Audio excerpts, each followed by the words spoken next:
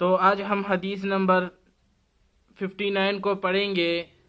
حدیث نمبر 59 میں استغفار کرنے کی شرائط بیان کی گئی ہے۔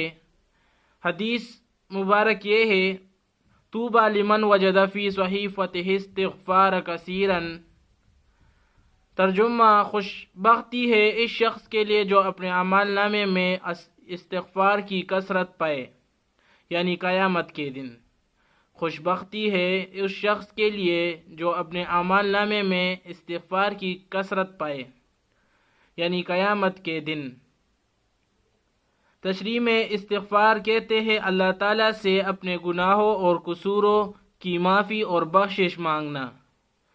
نمبر 1، اس حدیث پاک میں اس شخص کے لیے خوشخبری ہے جو قیامت کے دن اپنے اعمال نامے میں استغفار کی کثرت کو دیکھے گا، یعنی یہ اس شخص کے لیے خوشخبری ہے جو اپنے اعمال نامے میں استغفار کی کثرت پائے گا، یعنی وہ دنیا میں استغفار بہت زیادہ بولا ہو تو وہ کثرت استغفار پائے گا۔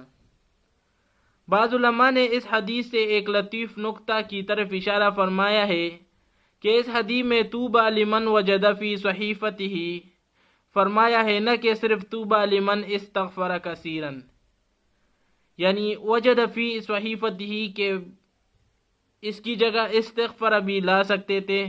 اس بات کی طرف اشارہ کرتا ہے کہ قیامت کے دن بھی وہ اپنے استغفار کو دیکھے گا، یعنی اسی وقت ممکن ہوگا جبکہ وہ استغفار کو اس کی شرائط اور اخلاص کے ساتھ کرے۔ استغفار کے لیے شرائط: علامہ نے تفسیر روح المعانی اور شیخ محی الدین ابو زکریا نووی نے شرح مسلم میں فرمایا کہ توبہ کی قبولیت کی 3 شرطیں ہیں۔ پہلی شرط، جس کا ترجمہ یہ ہے ان یقلع عن المعصیتی، اس گناہ سے الگ ہو جائے۔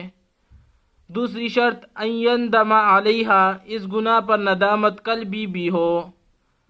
تیسری شرط، ان یعزم عزما جازما الا یعود الی مثلہا ابدا، پکا عزم کرے کہ اب انشاءاللہ اس کے بعد گناہ کبھی بھی نہیں کروں گا۔ بعض علماء فرماتے ہیں لفظ توبہ بہت جامع لفظ ہے، دنیا اور آخرت کی تمام دولتیں مل گئی، یعنی یہ توبہ جو حدیث شریف میں مذکور ہے یہ بہت ہی جامع لفظ ہے۔